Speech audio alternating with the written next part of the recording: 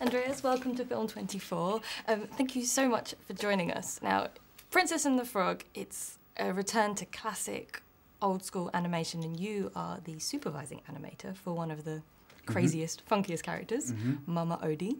Can you tell me a little bit about the process of creating Mama Odie?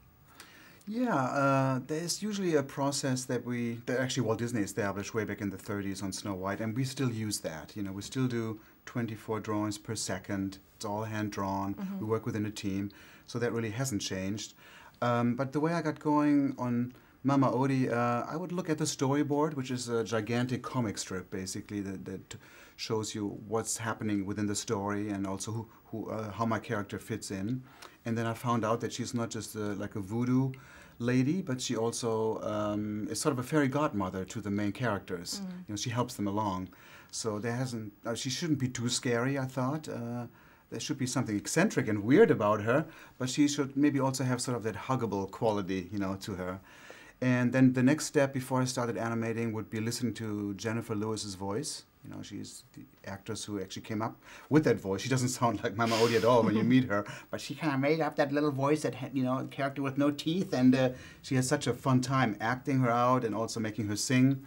And we literally close our eyes and then imagine that voice, you know, that quirky voice, what would that look like as a drawing? Because drawing and voice really has to be a match in the end. You know? And then I would do some early drawings and show them to the directors, and they liked them, but they said, you know, she sounds like she would be a little lady. You know, yours is probably this tall. Maybe you can make her a little older, a little shorter, and show some bones, you know, because she needs to show her age. So we talk about details like that.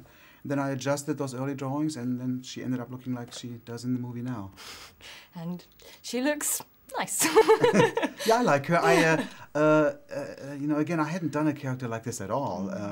I'd done villains for the studio, you know, with Scar and Jafar, and also good characters, because I wanted to do something else after those villains. I did Hercules and Lilo and Stitch. And then as soon as I found out about her and who she would be, I thought, oh boy, and probably all the other animators would want to animate her too, so I better raise or show my interest early on, so maybe Ron and John could keep me in mind for it. And that's what happened basically very early on. I said, I think I can do something with this character. I just feel like who she is, and then they called me 2 weeks later and said, you got it.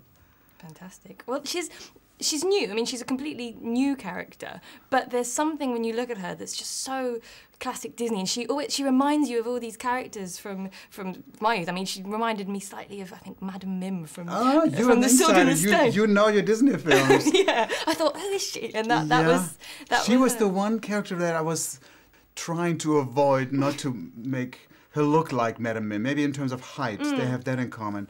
But that's why maybe I can draw Mama Odie right here. Please do. I had looked at Madame Mim, and I found out that Madame Mim, when she talks, she basically just kind of opens and closes her mouth.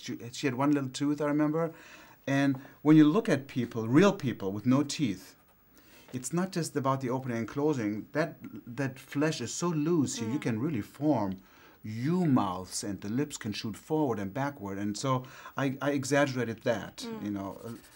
Of course, the glasses, which I wasn't too crazy about at first. I thought, you know, if the audience can't see her eyes, how am I going to show feelings and emotional changes, you know? But I did add those wrinkly eyebrows over the glasses, and when they go down, you know, she wouldn't be too happy or upset.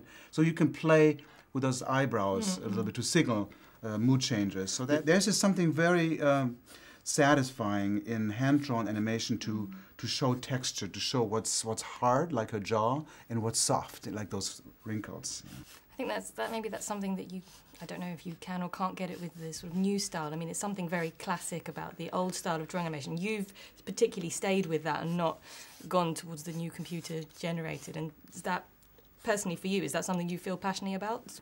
Yeah, I did look into computer animation and took a class and a half, I remember. Didn't finish the course.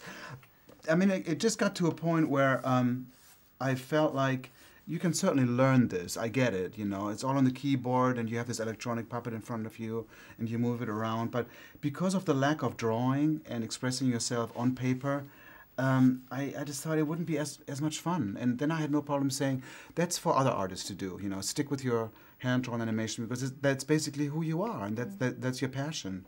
So I was thrilled when John Lasseter came back to Disney and felt the same way. You know, he said, look, hand-drawn animated films have always been such a big part of Disney, and we should really be back into doing those kinds of films. You know, we just have to tell stories well. That's all, you know. And so then we started up again, and Princess and the Frog is the first one, hopefully in a long line of hand-drawn animated features. I hope so. So it's not the death of hand-drawn animation. No, absolutely not. Brilliant. Thank you very much. Thank you for having me. Thank you.